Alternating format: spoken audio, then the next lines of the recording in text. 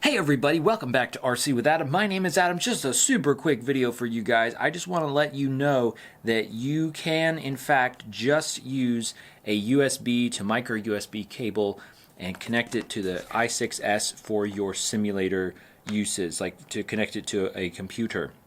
And it just plugs in right here in the correct direction, and this cable is mine, but it does come with a USB cable.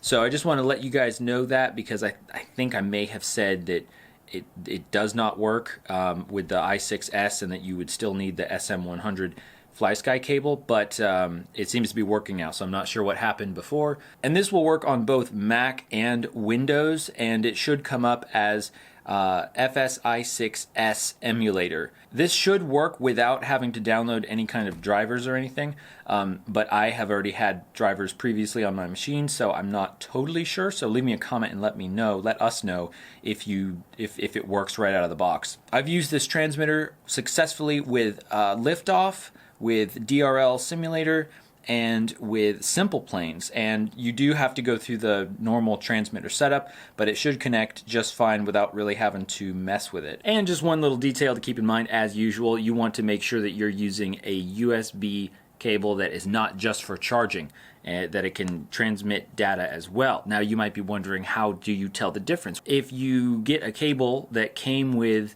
a phone or something like that, that's probably going to be made to transmit data and not just charge something. So that is one nice thing about the i6S, is the hardware and the firmware that allows you to just use a regular USB cable instead of having to buy the SM100 cable that you would have to buy for the i6 series. But it's still not a deal breaker in my opinion, and we'll be talking a little bit more about the i6S versus the i6X and the i6. If you're interested in hearing more about the i6S and the whole Flysky i6 series, check out this playlist right over here. I've got a whole bunch of videos just for you. Thanks for watching, everybody. I appreciate you. I appreciate your time, and I will see you again very soon.